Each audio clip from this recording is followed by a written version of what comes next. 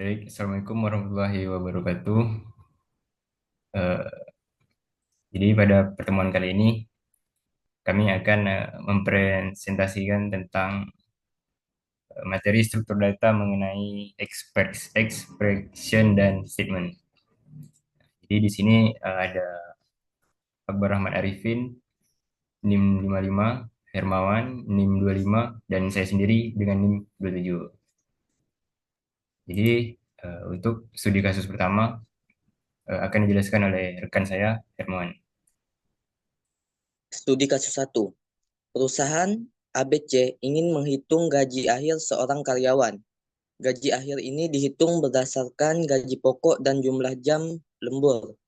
Jika seorang karyawan bekerja lebih dari 45 jam, ia mendapatkan tambahan bonus per jam lembur. Next. Ini untuk programnya.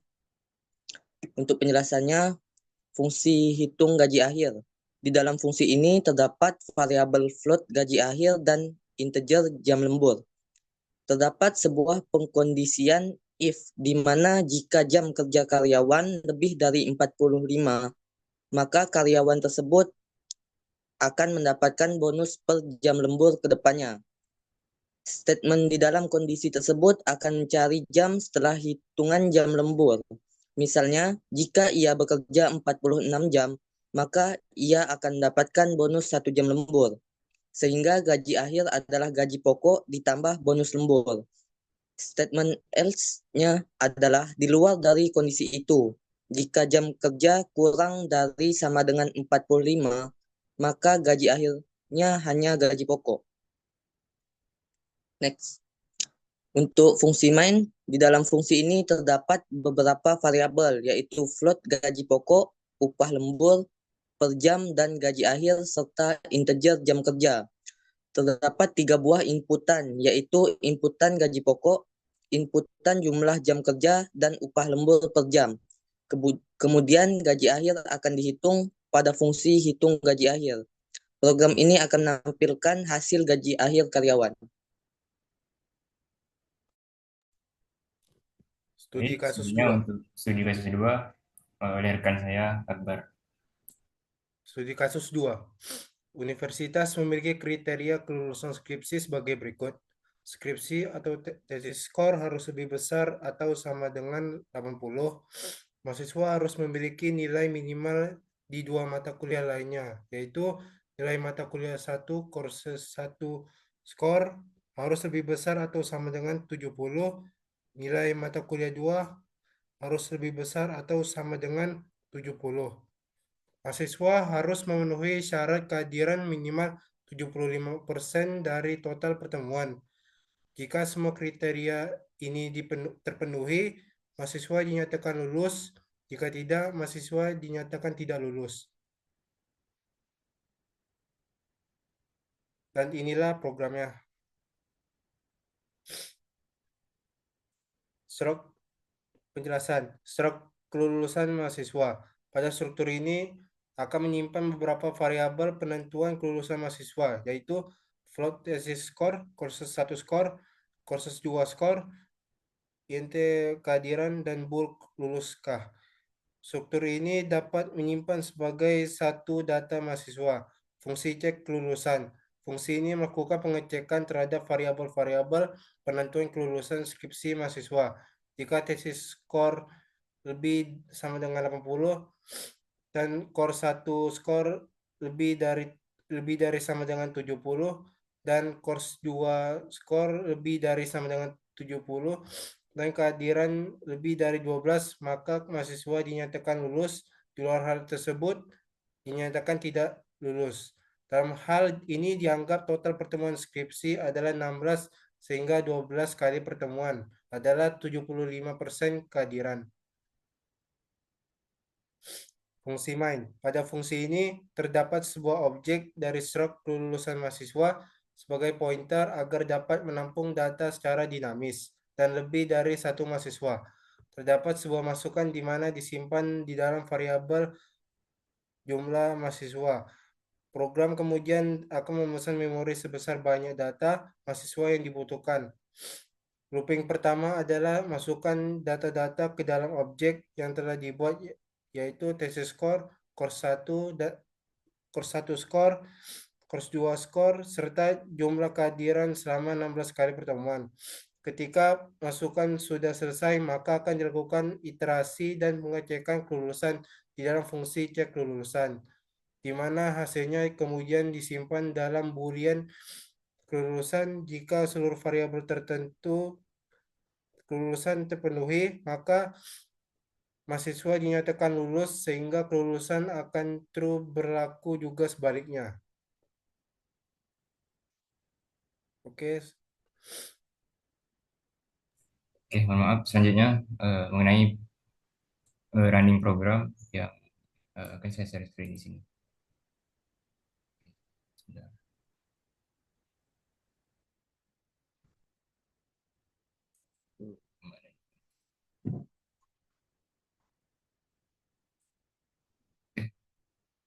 Oke, di sini ada program satu untuk studi kasus menghitung gaji akhir karyawan.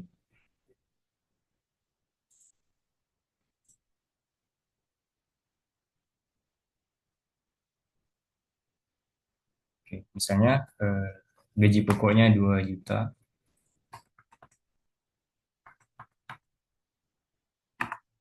dengan jam kerja selama 46 jam, yang dimana itu lebih dari 45 jam, sehingga ia akan mendapatkan bonus lembur. Untuk upah lemburnya itu 1 juta per jam.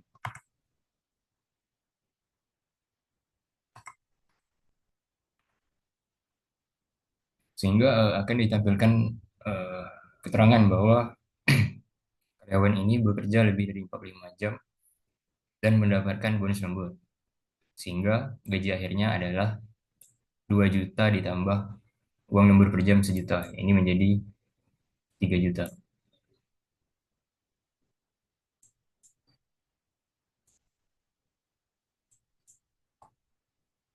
Kemudian untuk program kedua,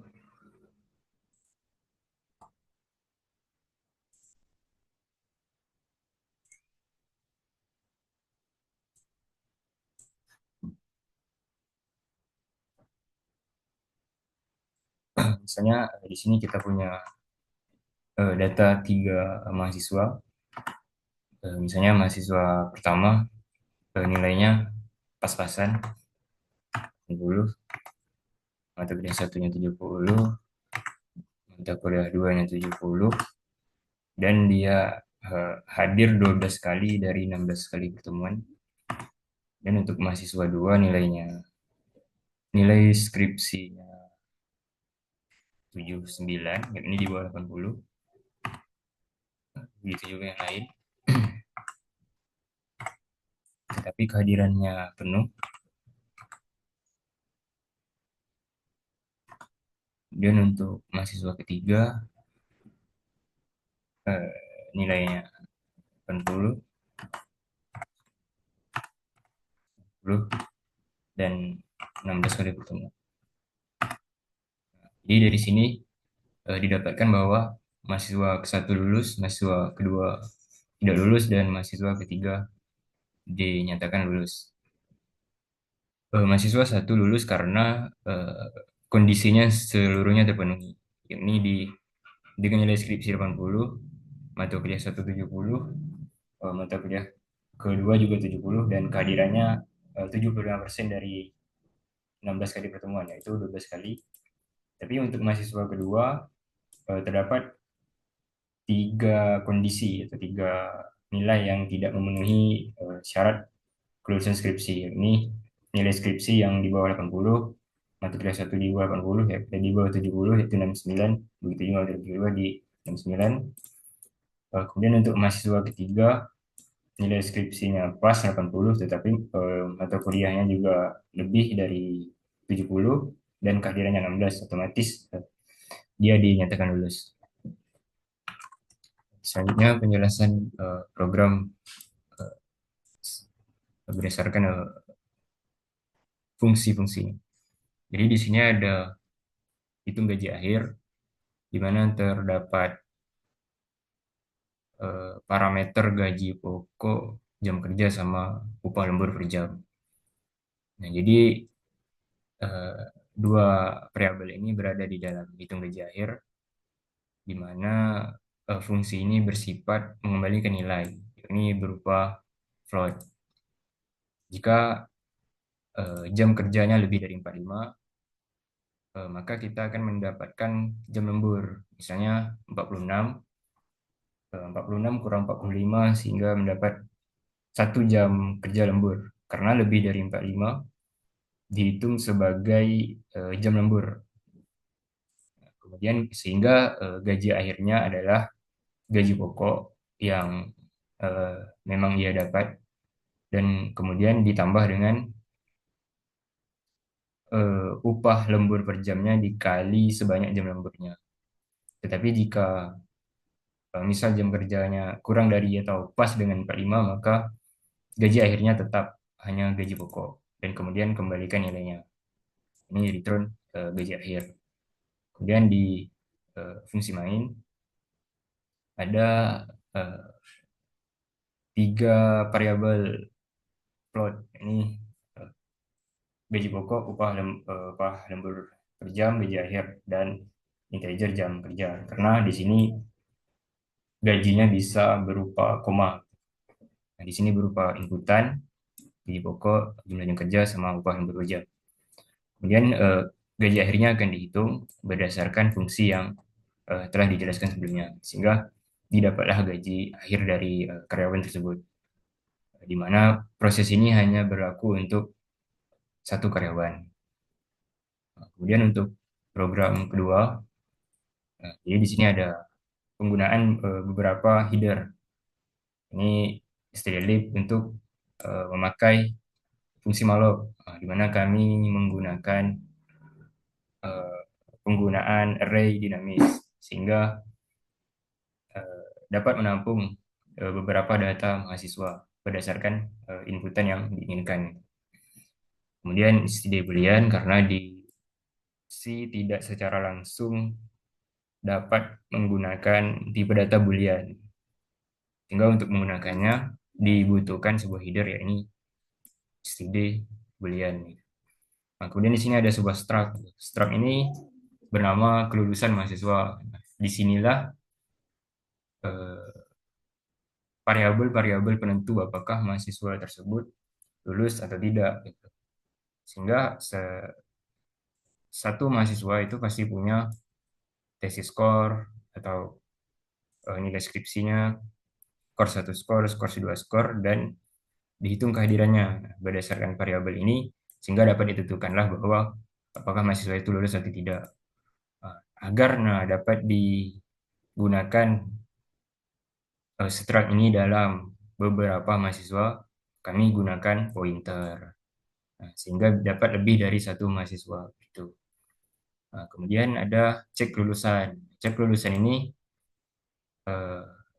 terdapat pengkondisian if, sehingga kita akan menghitung nih berdasarkan sisi skor, skor 1 skor, skor 2 skor, dan kehadiran. Jika memenuhi kondisi yang ini lebih dari 80, tesis skor, skor 1 atau skor 2-nya lebih dari sama dengan 70, dan kehadirannya lebih dari atau sama dengan 12, yang dimana telah dijelaskan semuanya bahwa 12 kali pertemuan dari 16 kali pertemuan adalah 75%. Ini itu minimal kehadiran. Sehingga kalau memang terpenuhi, maka mahasiswa tersebut lulus gitu. Sehingga kelulusannya akan bernilai true. Tapi jika tidak, otomatis dia tidak lulus dan dinyatakan sebagai false. Kemudian di sini ada pembuatan objek dari struct kelulusan mahasiswa, di mana nilai defaultnya adalah 0 karena masih kosong, baru ada variabel jumlah mahasiswa. Nah, di sini baru kita akan menginputkan berapa mahasiswa yang dibutuhkan itu untuk melakukan input nilai ini. Dan jika sudah tahu berapa mahasiswanya, maka kita akan pesan memorinya sebanyak yang kita butuhkan. Ini dalam satu ini kan ada beberapa variabel gitu. Nah, jadi satu mahasiswa menampung beberapa variabel ini gitu. Jadi sebanyak mahasiswanya, pesankanlah memori sebanyak struk tersebut gitu. Misal dua mahasiswa, maka ada dua data untuk menampung variabel ini. Nah, jika tidak bisa memesan memori atau error dari program tersebut, ya hentikan program dengan menampilkan pesan error, gagal memesan memori. Nah, di sini terdapat sebuah looping. Nah, looping ini merupakan inputan gitu, inputan dari nilai-nilai mahasiswa tersebut, yang dimana disimpannya sebagai array karena kita sudah mendeklarasikan pointer di sini. Sehingga otomatis indeks ke 0 yaitu data dari mahasiswa yang pertama gitu. Nah, karena di sini kami mendefinisikannya sebagai 0, dimulai dari 0 dan sebanyak dari jumlah mahasiswa. Misalnya ada 3 mahasiswa, sehingga yang tersimpan dari objek struct tersebut adalah objek 0, 1, dan 2 itu. Setelah kita selesai mengisi sebanyak mahasiswa data-data tersebut, baru kita hitung satu persatu menggunakan cek kelulusan. Oleh karena itu di sini juga ada for. Jadi for ini juga ngecek dari berapa banyak mahasiswa yang telah kita inputkan sebelumnya. Jika sudah semua, maka otomatis di sini kan dia menyimpankan nilai kelulusan itu apakah true atau false. Jika sudah selesai semua, kita for-kan lagi, ya, looping lagi untuk menampilkan hasil akhirnya. Jika memang kelulusannya adalah true, maka dia lulus. Jika tidak, maka otomatis dia tidak lulus karena ada kondisi yang tidak terpenuhi. Nah, setelah semua ini selesai, jangan lupa kita bebaskan memori menggunakan fungsi free. Nah, agar yang memori yang sudah dipesan sebelumnya itu langsung dihapus. Nah, disinilah peran dari array dinamis. Oke, mungkin uh, ya, mungkin itu sekian aja dari kelompok kami. Terlebih dan terkurangnya kami mohon maaf. Kami akhiri dengan Assalamualaikum warahmatullahi wabarakatuh. Terima kasih.